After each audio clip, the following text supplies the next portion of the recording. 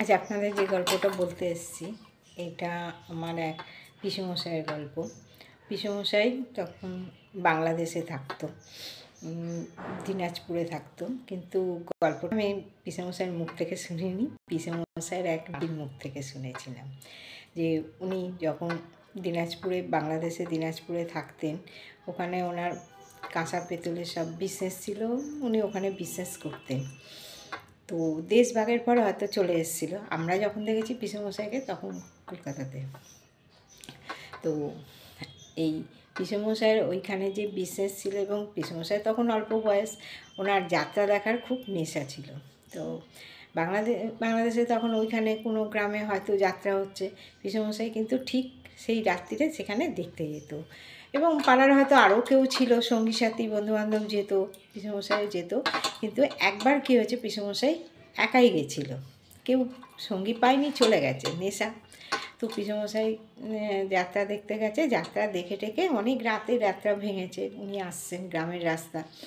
তো সেদিন ছিল পূর্ণিমা, উনি আসছেন, আস্তে আস্তে গ্রামের রাস্তায় হঠাৎ দেখছে যে দূর থেকে একটা কালো মতন বস্তু, মানে ওইসব গরু ফরু ফেলে ভাগাড় থাকে না, সেইখানে কিছু একটা করছে যেন উবুর হয়ে। তো উনি দূর থেকে দেখছে, ওই ভাগাড়ের পাশ দিয়েই রাস্তা, উনিও দূর থেকে দেখছেন। কিন্তু দেখতে দেখতে যতটা উনি কাছে এসছেন, তখন উনি পুরো বুঝতে পেরেছেন যে ওই বস্তুটা মানে খাচ্ছিল। তো এবার আমার পিসেমশাইকেও সেও দেখতে পেয়েছে, দেখে সে তখন উঠে মানে হাওয়ার মধ্যে আস্তে আস্তে ভেসে মিলিয়ে যাচ্ছে। তো আমার পিসেমশাই দেখেছে, সেটা দেখে আর কিছু করেনি, উনি বাড়ি চলে এসেছেন।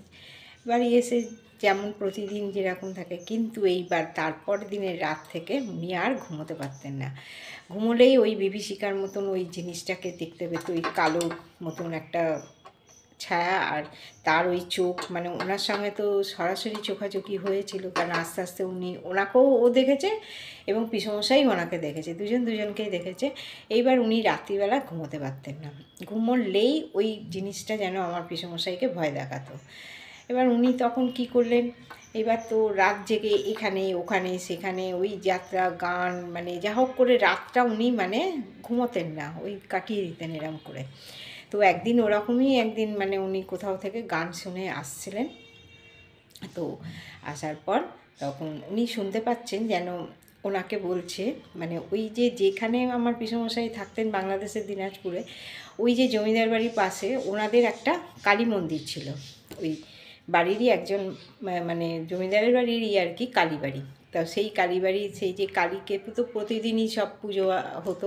তো সেদিনও আমার পিসেমশাই যখন রাত্রিরে ওরকম ফিরছে, তো পিসেমশাইকে যেন কেউ বলছে, যা কালী মন্দিরে যা, কালী মন্দিরে দেখ, তোর এই সমাধান হয়ে যাবে। তো পিসেমশাই যথারীতি কালী মন্দিরে এসে দেখছে, হ্যাঁ এক জায়গায় বলতে ভুলে, কালী মন্দিরে যাওয়ার কথা বলেছে, এবং বলেছে যে যা ওখানে গিয়ে দেখবি একটা ফুল পাবি, জবা ফুল, ওটা নিয়ে রোজ বালিশের তলায় দিয়ে শুবি, দেখবি তোর আর কোনো ভয় থাকবে না। তো উনি ওটা শোনার পর কি মনে হচ্ছে, তো উনি কে বলেছে তাকে তো দেখতে পায়নি, উনি ওটা কানে শুনতে পেয়েছেন, উনি তাও গেছেন ওই মন্দিরে, গিয়ে দেখছে যে হ্যাঁ মন্দিরে মানে আলো আধারিতে উনি গিয়ে দেখছেন যে মন্দিরের সিঁড়িতে একটা জবা ফুল আছে, উনি সেই ফুলটাকে তুলে নিয়ে এসেছিলেন।